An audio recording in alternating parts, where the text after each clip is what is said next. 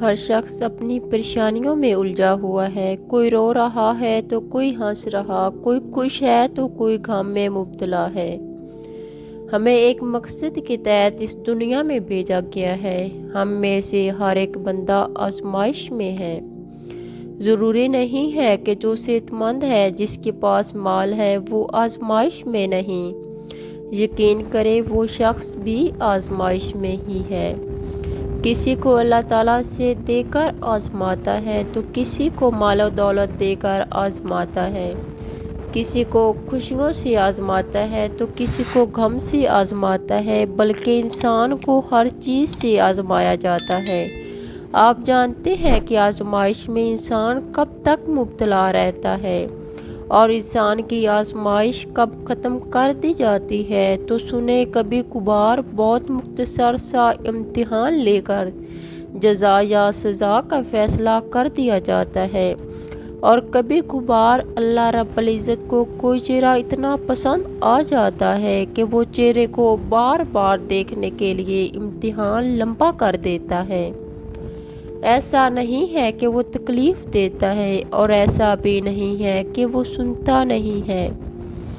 بس کچھ منزلوں کے راستے اس نے ایسے بنائے ہوتے ہیں کہ تمہیں ان تک پہنچنے کے لیے اللہ رب العزت کی راہ سے ہو کر گزرنا پڑتا ہے۔ تم سوچتے ہو کہ یہ تو میری پسند کی راہ نہیں، لیکن تم یہ گمان بھی نہیں کر سکتے کہ اس راہ کے آخر پر جو منزل ہے وہ تمہاری کتنی پسندیدہ ہے۔ اصل میں وہ بڑی اعلیٰ حکمت عملی سے اپنے سب کام کرتا ہے۔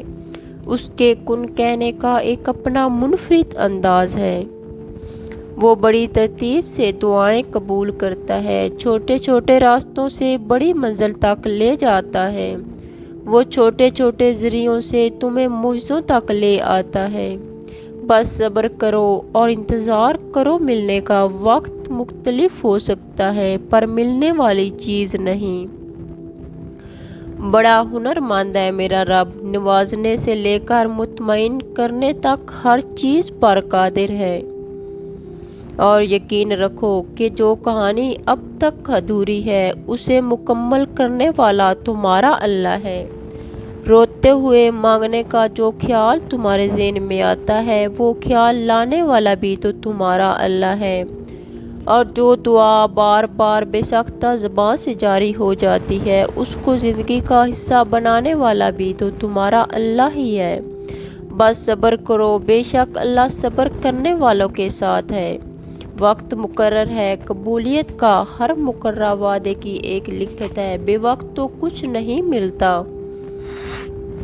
پھر جب وہ کسی کام کا کرنا مقرر کرتا ہے، اسے صرف یہ کہتا ہے کہ ہو جا تو وہ ہو جاتا ہے۔ تمہارا دعاؤں کے لیے ہاتھ اٹھانا اللہ رب العزت کے حکم سے ہے، اور سنو، اس کا حکم بے وجہ نہیں ہوتا۔ اور جتنی بھی چیزیں ہیں، ان سب کے خزانے ہمارے پاس ہیں،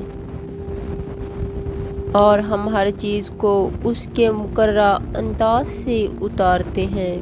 اللہ رب العزت کی تعبیریں تمہارے دیکھے ہوئے خوابوں سے بہت بہتر ہوتی ہیں، اور وہی ہے جو باران رحمت سے پہلے خوشخبری دینے والی ہواؤں کو بھیجتا ہے، اور ہمارے لیے آسمان سے پاک پانی برساتا ہے۔